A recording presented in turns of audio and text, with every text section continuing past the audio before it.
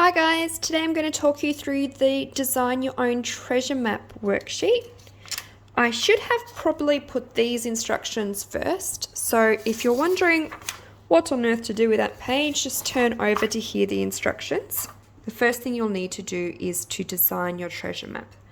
I decided that my treasure was going to be from a pirate, so it's going to be on an island. Then I started to colour in, but I wanted to show you what I'm including in it. So I'm going to think of island things like a palm tree and a sunken pirate ship and things like that. Here we go.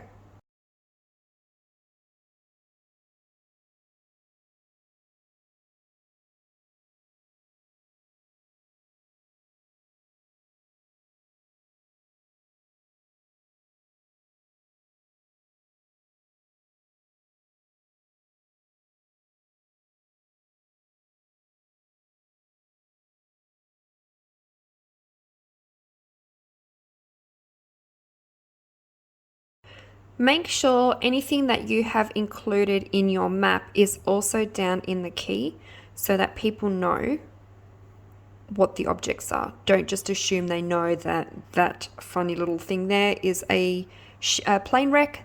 They might think it's a bird with a broken wing. So we have to be very explicit and make sure whatever we use in our map is also down here. Oops, I forgot my forest. It's also okay to use red circles as markers on your map.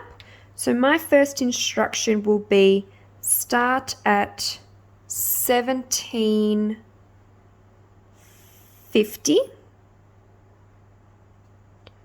on the edge of the beach near the black boulders.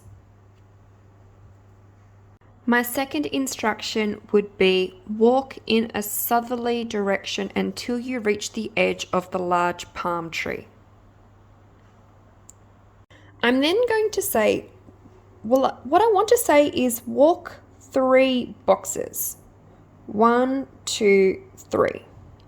But I can't really say that because when you're trying to follow this treasure map in person, you're not going to have boxes to follow on the ground. So I'm going to draw a little scale down the bottom to show that 1 box equals 1 kilometer. And now when I do my instructions, I'm going to say walk 3 kilometers to your west. Now, if you want to use grid points, it's a little bit tricky because they've put the grid points on the lines. But if you start at this corner, then this whole box is box 10.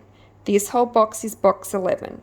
This whole box is 12, 13, 14, 15, 16, 17, 18, 19, 20.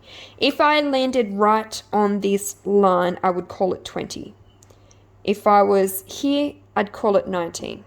Okay? Same for this side. This is 42, 43, 44, 45, all the way up. So if you want to use grid references, that's how you would use it. Okay, now that I have finished the rest of my treasure map, I can show you my directions. Number 1, start in grid square 1750. So I did 1750 to find my starting point. On the edge of the beach near the black boulders, walk in a southerly direction until you reach the tall palm tree. So from there, I walked southerly to the tall palm tree. Walk 3 kilometers in a westerly direction. That's when we walked exactly 3 boxes over. Walk in a southwesterly direction to 1144. There's a southwest, so I'm walking in this direction. Southwesterly until I reach 1144. Always remember that these bottom grids are the first one to be red, and then these along this axis will be red next. Walk around the north tip of the Blue Lagoon until you reach the nose of the plane wreck. So walk around the north tip of the Blue Lagoon until you reach the nose of the plane wreck. And then walk 3 kilometers east to find your treasure. 3 kilometers I know is 3 boxes. 1, 2, 3 to find your treasure.